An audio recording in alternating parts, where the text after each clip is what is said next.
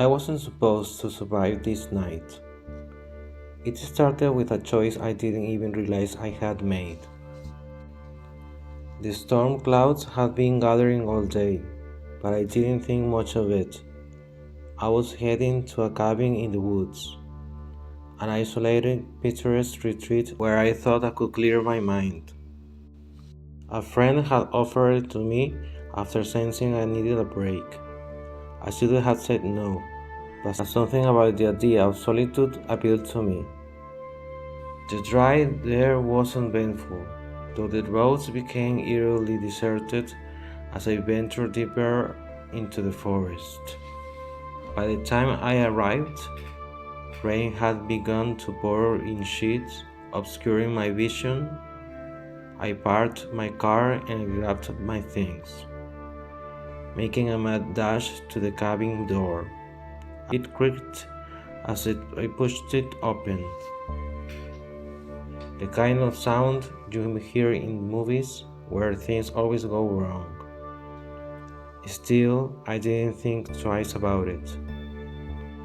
Inside, the cabin was cozy but simple. A fireplace sat in the corner, and the wooden floorboards groaned with each step I took.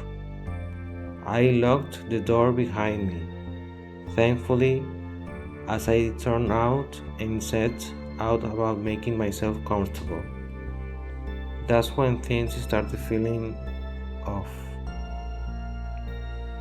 It began with small things, a chill in the air despite the roaring fire I had built, the faint smell of smoke lingering even after the fire died down, and the sound of the wind whistling through the cracks. I shut it off, telling myself it was just an old cabin with quirks. But then, around midnight, I heard a knock at the door. Not just any knock, 3 slow, deliberate raps, each one sending a shiver down my spine. My heart raced as I approached the door, peering through the peephole. Nothing, just the rain pouring down in torrents. I convinced myself it was the wind or maybe a tree branch, though the rhythmic precision of the knocks felt too human. I turned back towards the living room, but before I could take a step, the knock came again, louder this time. I froze. My phone, sitting on the table, showed no service. Of course, classic horror scenario. I grabbed the fire poker for protection and called out, "Who's there?" My voice cracked, betraying my fear. No answer. Then I saw it, a shadow moving past the window. I swear my heart stopped in that moment. Someone or something out there, watching me. Gathering my courage, I shouted again, this time louder. "I'm calling the police." A bluff, of course, but I hoped it would scare them off. Silence. Minutes felt like hours as I sat in the corner of the room, clutching the fire poker, every muscle in my body tense. That's when the power went out. The cabin plunged into darkness, and I was left with nothing but the sound of my own shallow breathing. I fumbled for my flashlight, the flame cutting through the pitch black room. The knocking didn't return, but I couldn't shake the feeling that I wasn't alone. Every creak of the floorboards, every gust of wind, every rustle outside, it all felt like a threat. I tried to calm myself, telling myself it was just my imagination. Until I saw the footprints. They were wet, muddy, and led from the dark door I had foolishly assumed was locked. Panic surged through me as I realized whoever had been knocking was no longer outside. They were inside the cabin. I didn't think. I bolted upstairs to the bedroom, locking the door behind me.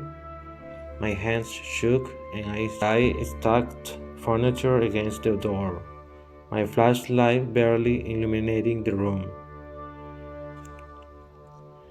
I searched frantically for the weapon, turning of a heavy lamp. And then I heard it, a low, guttural breathing just outside the door.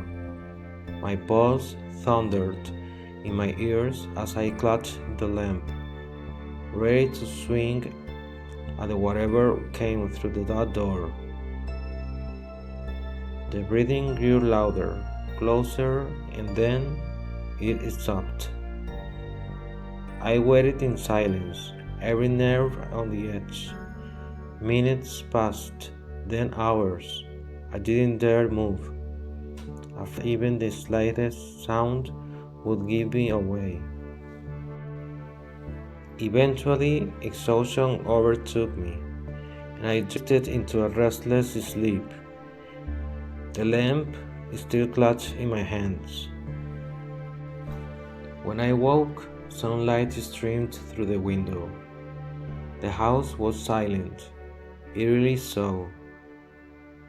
Cautiously, I moved the furniture and opened the door, my heart pounding with every step. There was no sign of anyone. The footprints had vanished. The doors were locked, and everything seemed as it had been when I first arrived. But as I packed my things and prepared to leave, I found something that chilled me to my core.